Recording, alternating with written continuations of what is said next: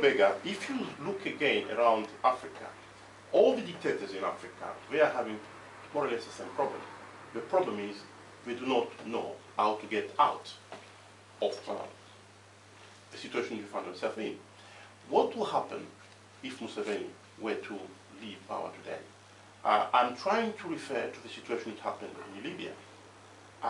What are you hoping to do for Museveni the day he's no longer in power? I think Museveni's fate after power is in his hands. He knows very well the kind of crimes he has committed against his people, innocent citizens in the neighboring countries, to the extent of even having the blood on his fingers of presidents of neighboring countries and leaders of neighboring countries. Recently, hundreds of people have died on the streets. I remember having come out that he might not want to add on these very crimes that he has to answer by killing his own people on the streets. The cases of corruption, massive. Here we are talking about ultra corruption and ultra nepotism, unimaginable denial of his people, keeping a whole region under the occupation of his war machine. All these ones are cases, and of course rigging elections and retaining power unconstitutionally. So the whole situation and his fate, his future after power is in his hands. Can he say sorry to the people of Uganda? Can he say sorry to those that he has committed crimes?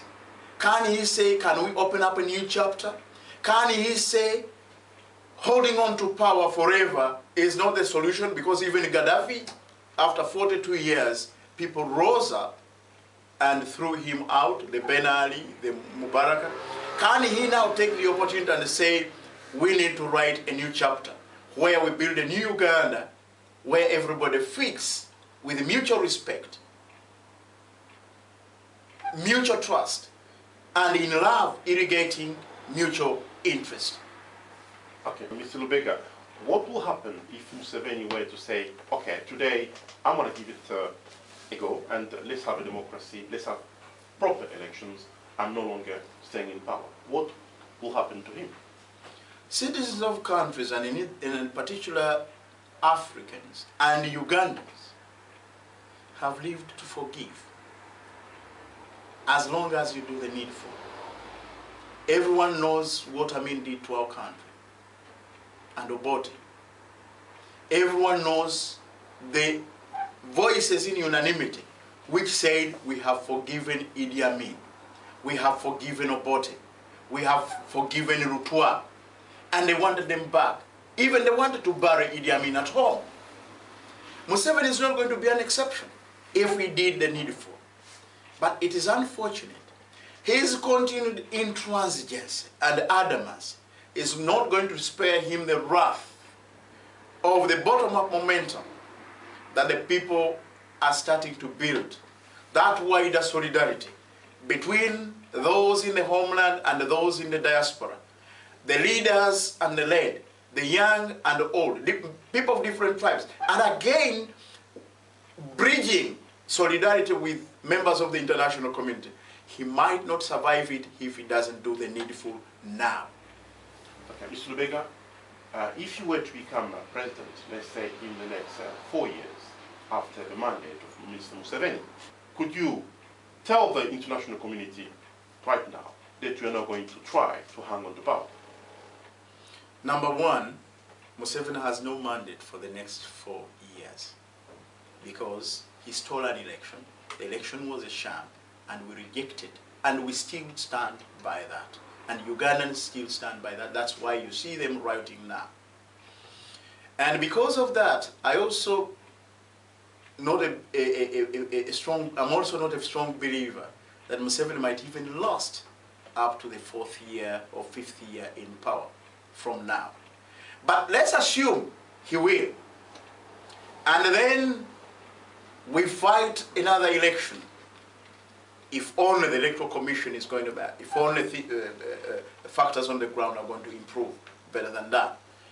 And I am the president. I do not believe in hanging on to power for life, as Mr. Museveni has said. When one of the major reasons he fought the Idi Amin dictatorship and the Obote dictatorship was that Idi Amin, first and foremost, and Obote wanted to become life presidents. And Idi Amin, after 5 years, he said he wanted to be a life president. Museveni, after 25 years, even in the last elections, he said he wants to be a president paka last. That means forever. This one, we are not going to accept, we shall not allow, it cannot happen under our watch. He has ruled fraudulently, illegal and unconstitutional long enough. We cannot allow him to go on. For Lubega thinks that term limits, which Museveni removed from the constitution of Uganda, which he himself made sure that that constitution was made by the people of Uganda, and after that, he changed it. It only allows you 2 terms. I believe in 2 terms, but also I only believe in the second term. One, if it is not more than, if the presidential terms are not more than 7 years, 5 years. If they are 7 like in Rwanda, I have a problem, because if they are 2, it will be 14. If anything happens, the way it has happened, then it will be 21. That will be so unfair. I believe in 2 term limits.